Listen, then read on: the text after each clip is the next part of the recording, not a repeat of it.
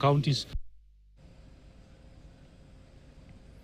Haya, mashirika ya kidini yamepewa changamoto kuchukua nafasi kubwa katika uhifadhi wa mazingira na mipango ya kuzaji miti ili kuunga mkono lengo kuu la Kenya la kupanda miti bilioni 15 ifikapo mwaka 2032. Wito huo umetolewa na rais wa kongamano la kanisa la Baptist la Kenya, Mchungaji Dr. Bernardo Buya, wakati wa zoezi la upandaji miti katika kituo cha shule ya watoto cha Baptist maili 7 huko Dandora. Zaidi ya miti 1500 ilipandwa kati wa zoezi hilo lenye lengo la kukabiliana na mabadiliko ya tabianchi, kurejesha athari iliyoharibika na kukuza mustakabali wa kijani kibichi na endelevu kwa vizazi vijavyo. Mpango huo ulikuwa ushirikiano wa benki ya Equity na kongamano la kanisa la Baptist nchini Kenya.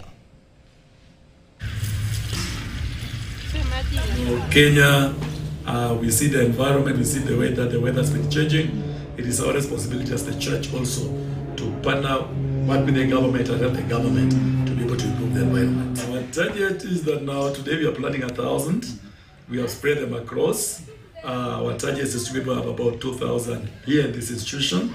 And also we have other institutions across the country where we'll be doing the same exercise as we look for more partners in the same way to be able to help us. We have schools, so we want to be able to do this, also to be able to show our children who are in school that we as human beings are the ones that are responsible for taking care of the environment. By initiating this project, we are fulfilling the call.